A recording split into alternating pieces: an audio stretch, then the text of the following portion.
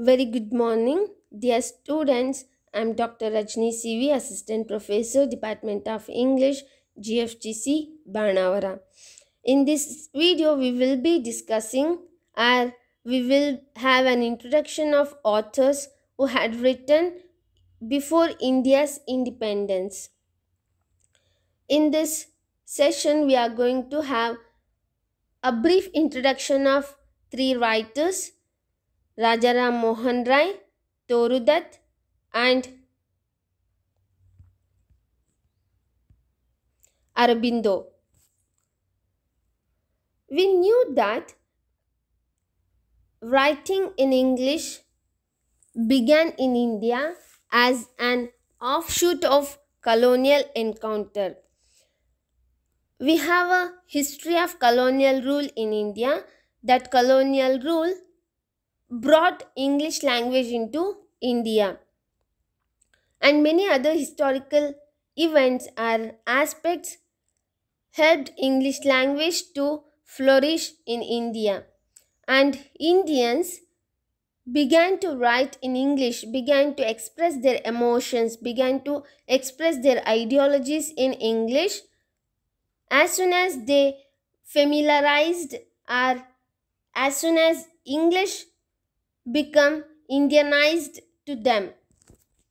And in the previous video, we discussed a few aspects which made English to familiar to Indians. And in this video, we are going to have a brief biography or a brief introduction of the writers who had written in India before independence. Rajaram Mohan Rai was the first one who had started writing in English. In M.K. Nayak books, he writes that A Defense of Hindu Theism, an essay written by Rajaram Mohan Rai, was the first English writing of an Indian of significance. So, Rajaram Mohan Rai began a culture of writing in English in India, or a very a very strong culture of writing in English might have begun by Rajaram Mohan Rai. We knew many things about Rajaram Mohan Rai. He is very familiar to us as a reformer, social reformer, religious reformer, and the founder of Brahmo Samaj. He was born into a Bengali Brahmin family, and he showed his rejection to many aspects of religion which he felt very inhuman. For example, he was the key person, he was the initiator who took initiation in abolition of sati system in India. By his hard struggle or much effort, sati system was abolished in India in 1829. And his father Ramakant and his mother Tarini Devi, and he had got education in abroad, and he came back to India and he looked at Indian society and culture, and he found many evils in Indian society, so he fought for those evils to abolish. And he was a pioneer in religious and educational reforms. He was described as the inaugurator of the modern age in India by Rabindranath Tagore. He had written many essays and books in English language. He used English language in order to express his emotions and ideas. Let us move on to another writer of importance in pre-independence era. That was Toru Dutt. Toru Dutt was a Bengali translator and poet. She had written both in English and French. Torulata was born into a Bengali Hindu family, but later she was baptized along with the members of the family in 1862. They were converted into Christianity. Her father Govind Chandra Dutt and her mother was Kshetramoni Dutt. She returned to India in 1873 but died of consumption, tuberculosis, 4 years later at the age of 21. She lived a very short life, but she had given wonderful contributions to Indian English literature. In her lifetime, she has written two collections of poems. One appeared in her own lifetime, that is, A Sheaf Gleaned in French Fields. This collection of poems was published in 1876, and this collection of poems comprises 165 poems or lyrics by about 100 French poets. Yes, I just wanted to tell you that this collection of poems, A Sheaf Gleaned in French Fields, is a translation of French poets. She has chosen 100 of French poets and translated their poems into English. Another important collection of poems is Ancient Ballads and Legends of Hindustan. This was published posthumously. This collection of poems was published after her death. In her poems, we can see use of our own myths, Hindu Puranas, and some other aspects of Hindu culture in her poems. M.K. Nayak says that Toru Dutt's poetry is very authentic and she uses Indian culture in her writings.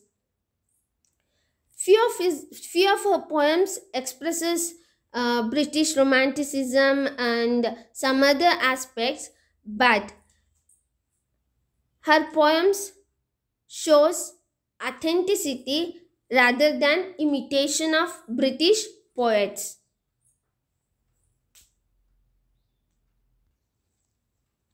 M.K. Nayak says that it was with Toru Dutt that Indian English poetry really graduated from imitation to authenticity. Her attitude towards England is ambivalent.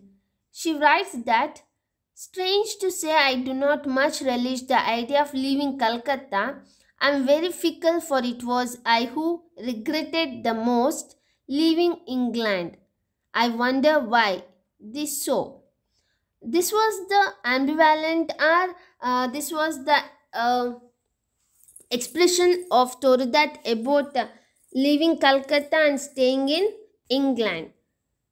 And now you need to know that she had written a book called The 50 Odd Letters.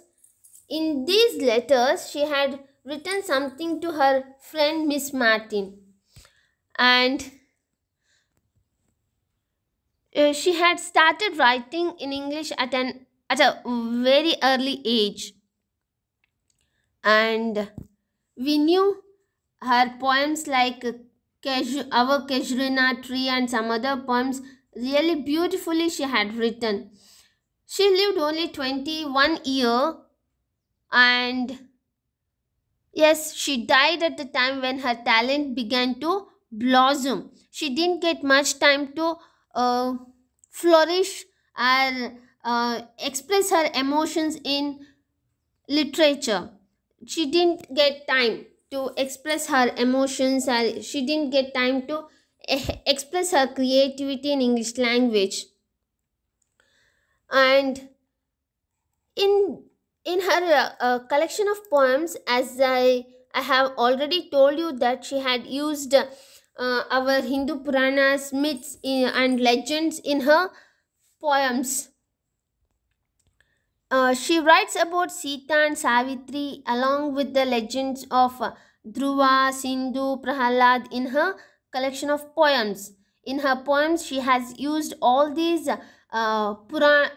person or people from Puranas and legends of Dhruva and all had been used in her poems.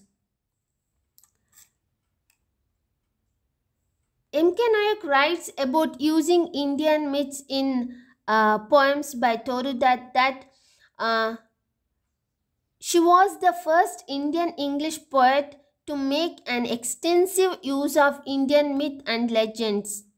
She was the first person, she was the first Indian to use our Indian cultural heritage in her writings in English.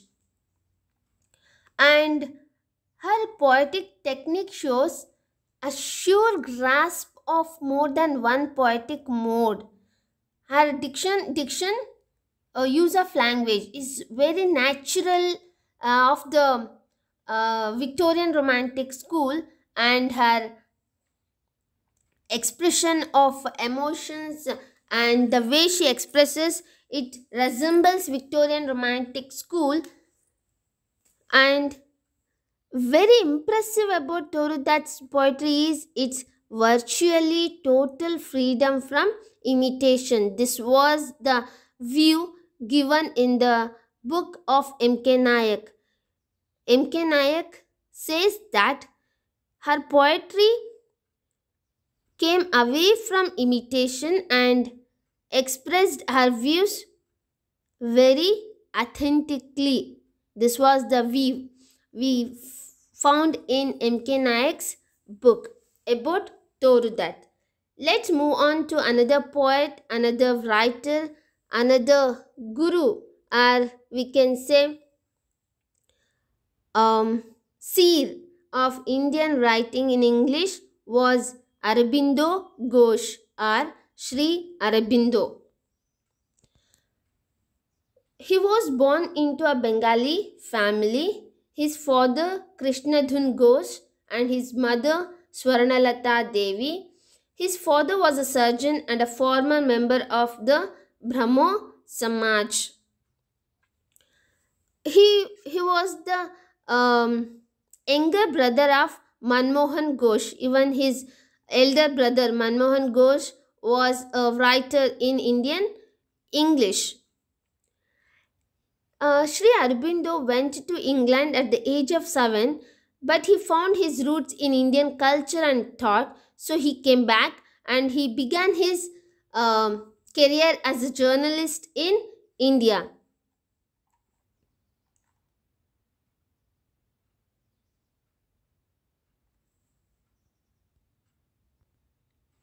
Sri Aurobindo was a patriot, poet, yogi, and seer. Throughout his life, he has written lyrics, narratives, and philosophical poems. He has written poems on various themes like love, sorrow, death, and he had written some sonnets too. He had written longer poems like Urvashi, Love and Death, and Savitri. We have to concentrate on the poem Savitri because Savitri, this long poem, was considered as a magnum opus work of Aurobindo. And this poem is considered as an epic poem, consists 23,813 lines, and this poem is written in 12 books and 49 cantos. Sri Aurobindo describes this long poem as a poetic philosophy of the spirit and of life, an experiment in mystic poetry, spiritual poetry, cast into a symbolic figure. Aurobindo uses the ancient Hindu legend to pass on his philosophy of man's realization of the life divine on this earth. In this long poem or an epic poem, Aurobindo uses ancient Hindu legend or ancient Hindu story of Satyavan Savitri in order to pass on his philosophy of man's realization of life. And as we knew, he had written wonderful poems like The Tiger and the Deer and many other poems. In all those poems, he passes on his philosophy of uh, life, his philosophy of spiritual life in his poetry. Sri Aurobindo, as we knew, he was a patriot, poet, yogi, and seer, and a wonderful poet of Indian writing in English. He used English language in order to express his philosophy, in order to pass on his philosophy to our Indians. Let's move on to another